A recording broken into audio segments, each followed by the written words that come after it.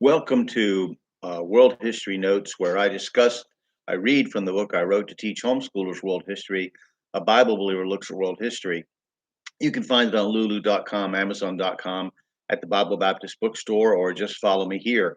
And today we're gonna continue on our BC tour. We're going to discuss the Americas.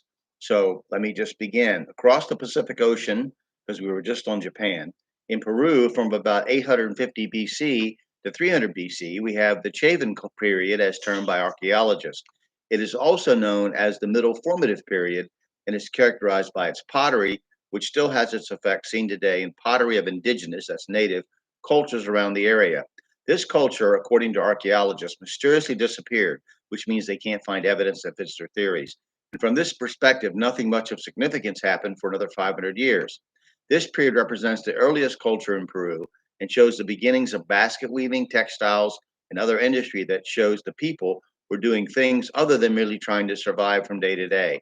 The Andes Mountains are the primary geological feature of Peru, and the Andean terrain is a very difficult one in which to survive. The next significant period in Peru's history doesn't start until about 100 AD. While there is no written history of BC North America, there are many archaeological designations for cultures that have been uncovered there. One of the most interesting is the Adena culture of Ohio. They lived in villages and by hunting and gathering as well as fishing from about 500 BC to 100 BC, according to archaeologists.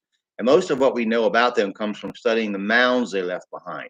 Adena artifacts have been found from New York to Pennsylvania to southern Illinois. Their mounds started out as simple burial sites, but were probably used for other religious purposes as well, as most of the common people appear to have been cremated. One of the most interesting things about the Adena people was their unusually large size and strong or robust frames.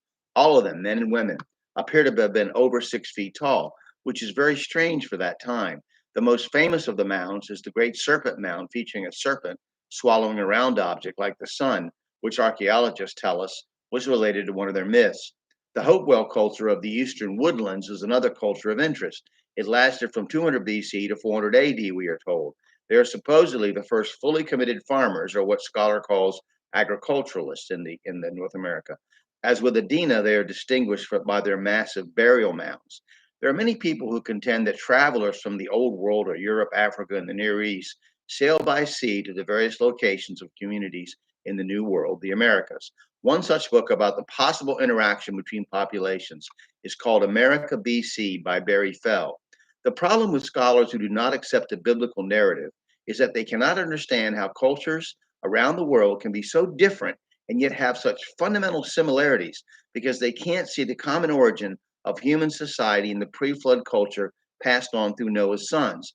In any event, the oldest human remains found in North America, called Kennewick Man, dated by conventional scholars at 9000 BC, are controversially called Caucasian, not Amerindian.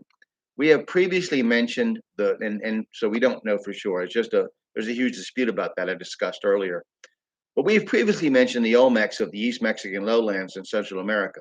Their culture lasted from 1300 BC to 400 BC, and this culture is often referred to as the mother of Middle American cultures, the mother of Middle American cultures. They are known for leaving behind statues of colossal deformed heads. Some researchers say they came from Asia and some from Africa.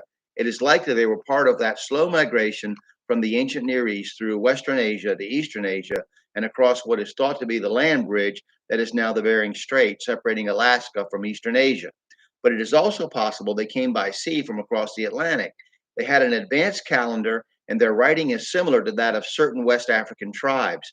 When Mayan hieroglyphs were examined, it was found that they resembled North African and Near Eastern glyphs. The Mayan culture lasted from 500 BC to around 1200 AD, scholars tell us. The Mayans are in the news today because of a great tragedy of many of their villages becoming mass graves due to the impact of Hurricane Stan in 2005. These people have had a long and tragic history, carving out an advanced civilization in the jungles of Central America and then declining into the poor and often remote subsistence farmers we know today.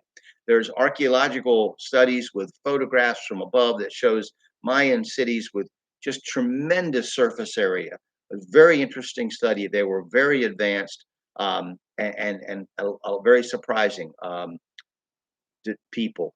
And this is kind of when you study them, it's kind of an eye-opening thing. They are also famous for their advanced calendar consisting of cycles that mysteriously end in 2012.